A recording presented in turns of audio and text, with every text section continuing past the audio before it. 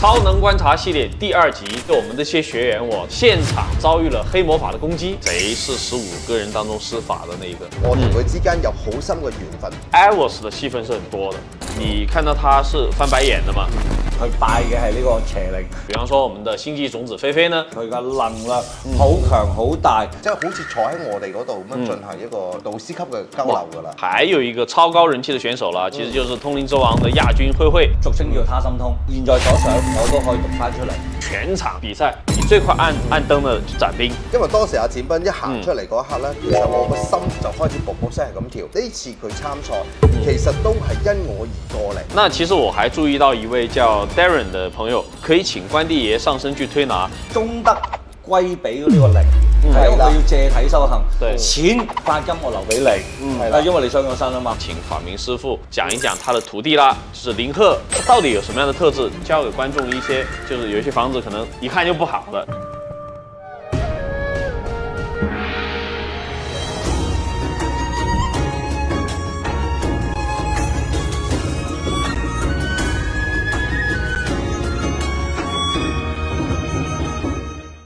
進入咗9次離火，我發現我哋而家處在一個百年未有之變局。每個人都有佢自己生活嘅問題，財運、姻緣、家庭以及健康。面對呢個命運嘅十字路口嘅時候，自己唔知點樣去選擇，或者亦都唔知自己可以做出乜嘢嘅努力。咁於是咧，我決定推出我嘅中華智慧大講堂。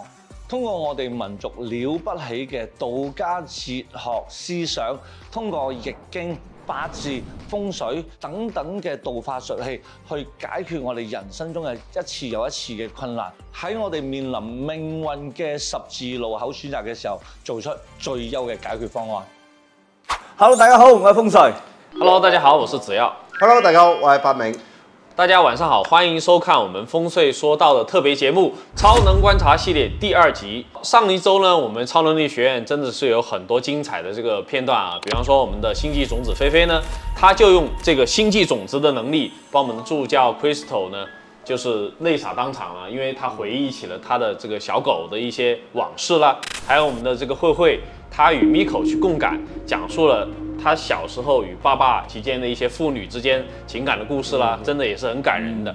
竟然還有我們這些學員他說現場遭遇了黑魔法的攻擊。今天呢，繼續有請我們的風水師兄和法明師兄，我們一起共同來拆解這些異能背後的真相。我們第一個維度要講的就是我們的靈能本質了，超能力到底有什麼神奇的原理？被法明師兄盛讚的菲菲啦。那麼菲菲幫 Crystal 療癒的時候呢，其實他就用了5秒鐘，他就已經有反應了。能不能跟大家去揭秘一下？好啦，咁我嚟分享先啦。咁其實阿菲菲當時嗰一刻咧，其實佢嘅通能力真係好犀利。喺我同佢進行共感嘅時候啊，咁其實我已經睇到佢同佢自己嘅靈啊，佢融合度係非常之高嘅，即係可以講話唔係幾年、10幾年可以訓練到出嚟嘅，同佢之間嘅連接度係非常之默契。甚至佢嘅靈咧，好明顯一樣嘢留低咗一粒種子落到佢自己嘅元神宮入邊，令到佢隨時可以調用呢股咁嘅能力。喺我角度嚟講，佢已經唔係一個普通嘅學員啦，佢直頭就可以即係好似坐喺我哋嗰度咁樣進行一個導師級嘅交流㗎啦。評價很高喎，法明師兄說他有導師的級別能力。上一集講過啦，小文啦，佢一樣都係通咗呢個。靈眼天眼啊，菲菲一樣都係靈眼天眼嘅嚇，但係菲菲同阿小文最大嘅唔同就係佢嘅能量好強好大。啱先阿發明講到嗰個種子嚟到呢度啦，唔係話佢嘅修練係本嚟可能佢係佢個屋企啊，或者佢嘅祖先嗰輩咧已經係累積下嚟嘅福德，係啊，累計落嚟俾到佢嘅，所以佢係攞咗前幾世或者係祖先嘅一啲智慧嚟到咗呢一世去修嘅，所以佢攞到嘅所有嘅宇宙嘅能量啊，同埋可以存儲喺佢個空間裏邊嘅信息啊，係比正常人多好多嘅。去幫佢療愈嘅時候咧，係即刻就可以入到佢最深嘅深處裏邊，去喐佢嗰個頻率，直擊要害啦，相當於。冇錯啦。所以說，剛才法明師兄的評價是，他可以當導師，然後風水師兄的講話是，他是可能家族的这个遗传给他的这个福报很大。我也会觉得他在这个节目当中讲到的一个词啊，吸引了我的注意力，就是阿卡西记录。那其实这个词好像真的很冷门但是听他来解释，这个阿卡西记录就像一个数据的超级电脑，但是它是在这个高维空間。那它怎麼樣才能夠被我們所使用呢和認知呢？想請這個風水師兄講一講。其實呢個咧喺西方已經係好流行㗎啦。我哋見到好多寫天眼通嘅書裏邊咧，事實上都有呢個阿卡西記錄。其實佢就係一個好龐大嘅數據庫。跟住咧呢個數據庫咧唔係喺我哋呢個三維世界裏邊嘅，係一個更加高維嘅空間。因為更加高維嘅空間裏邊咧就係存住所有嘅信息喺呢一度嘅。事實上就等於依家嘅 AI。係啦，人工智能冇錯，所有嘅信息、意識同埋意念都喺呢一度。即係你輸入一串嘢之後咧，佢所有大量嘅信息就可以用翻出嚟。好，那其實除了菲菲以外呢，還有一個超高人氣的選手啦，其實就是通靈之王的亞軍慧慧。他也都很犀利因為他摸住 Miko 的手，就已經講出他爸爸的這個病情了。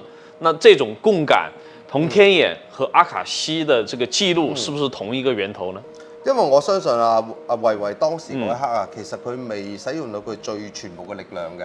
咁樣佢只不過用咗一個叫共感，一個我哋所講嘅心靈溝通同感應嚟嘅啫。如果你喊緊嘅時候，我去讀取你嘅信息，其實慧慧嗰種咧就係佢去讀嘅時候，跟住會將你嘅喊、你嘅唔開心會傳送到自己身上。係啦，佢呢個咧俗稱叫他心通。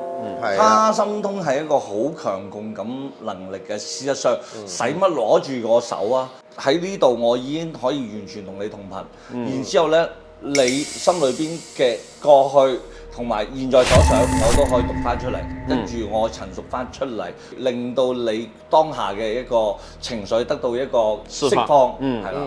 我們剛才講到了慧慧啦，還有菲菲啦，其實還有一位選手呢，其實我覺得是要問法明師兄了。這位選手就是你最快，應該是全場比賽你最快按燈的展斌。你為什麼能夠這麼快1秒鐘就得出這個答案？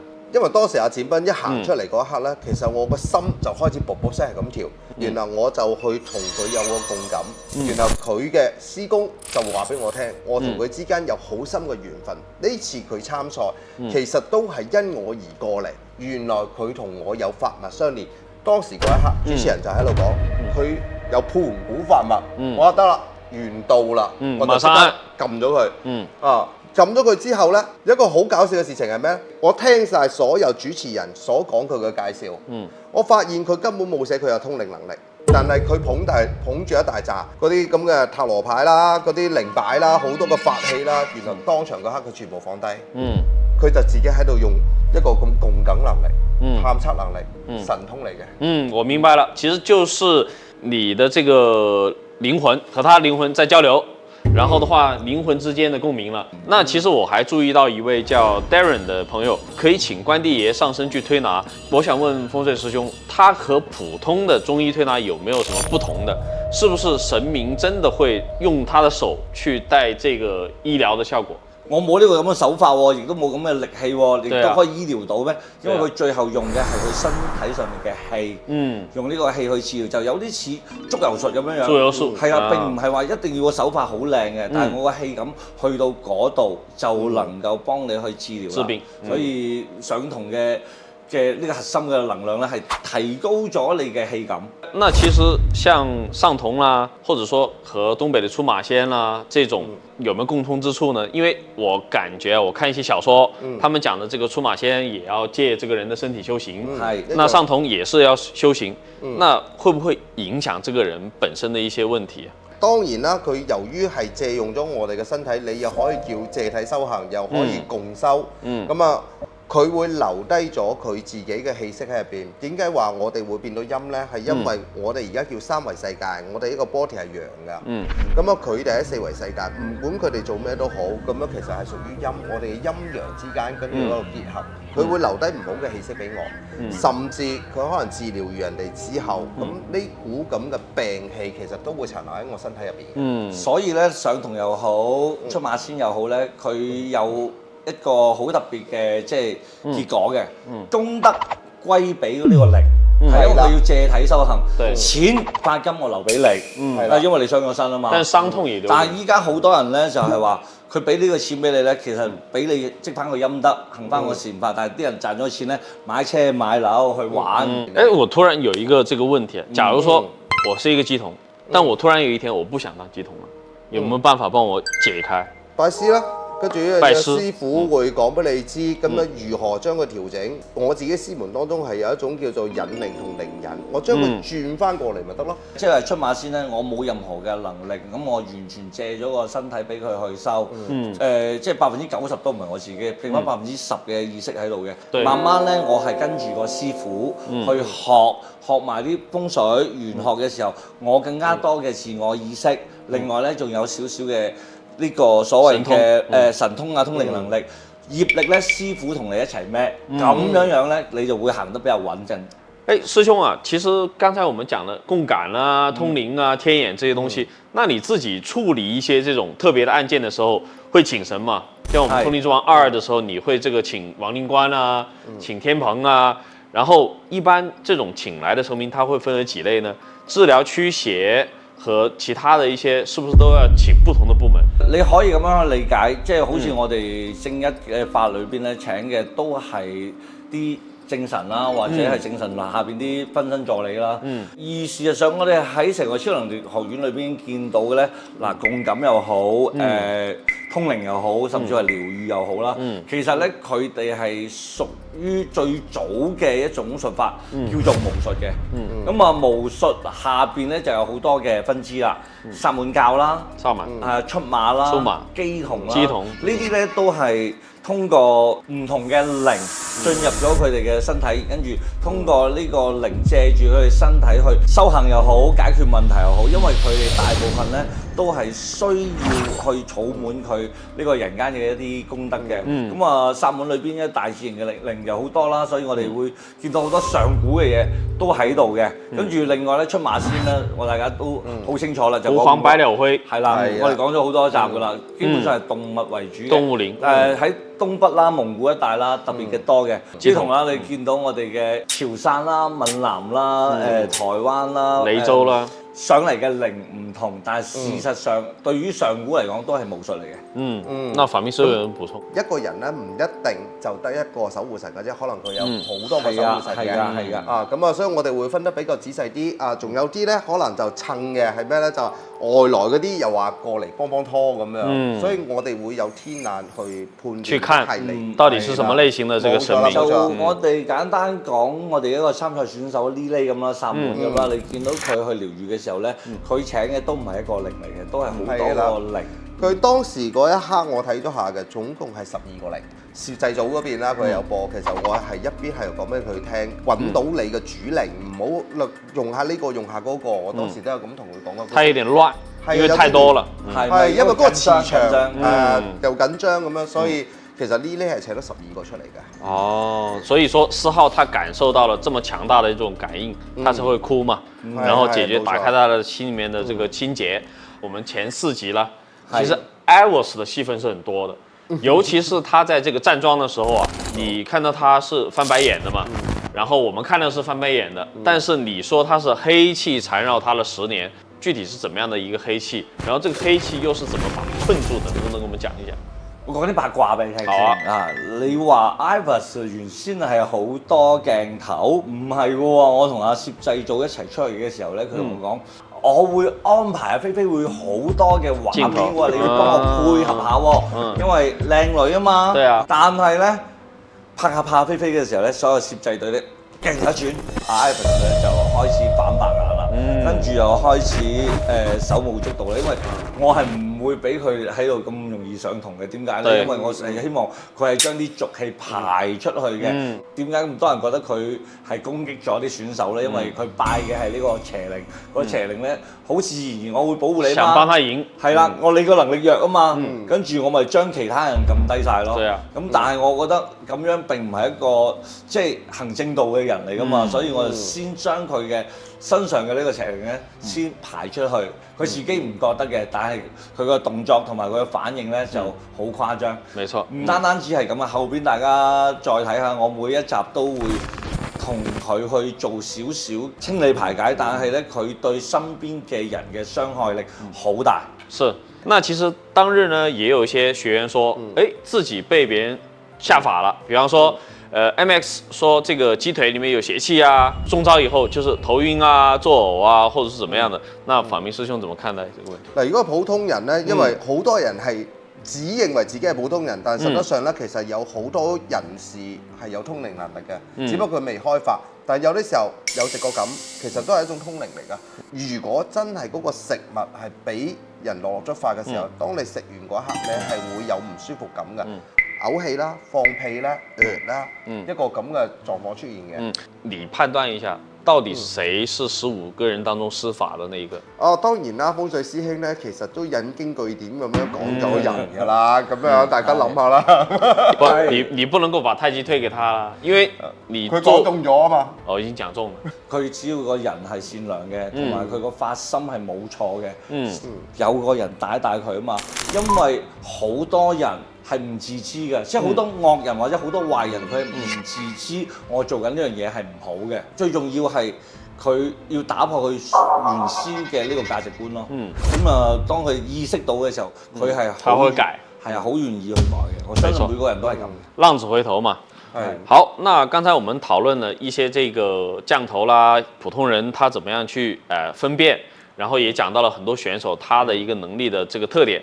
那我們進入我們第3趴的內容，就是我們的玄學實戰啦，就是在風水異能點上面，我們怎麼樣去認知和幫助我們去了解。我們就想請法明師傅講一講他的徒弟啦，就是林鶴，他這個怎麼樣去看風水的，因為第一個海選的時候，林鶴凶宅他選錯了嘛，你在選他的時候其實是偷掉了羅山子的，然後去搶他的。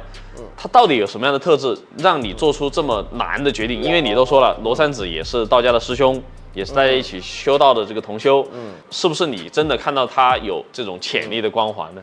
因為呢一次嘅比賽呢，我希望我所揀嘅學員啦，全部都有唔同嘅學派，有唔同嘅能力喺入邊。阿羅三子同埋呢兩個同學術啊，最主要係呢個問題。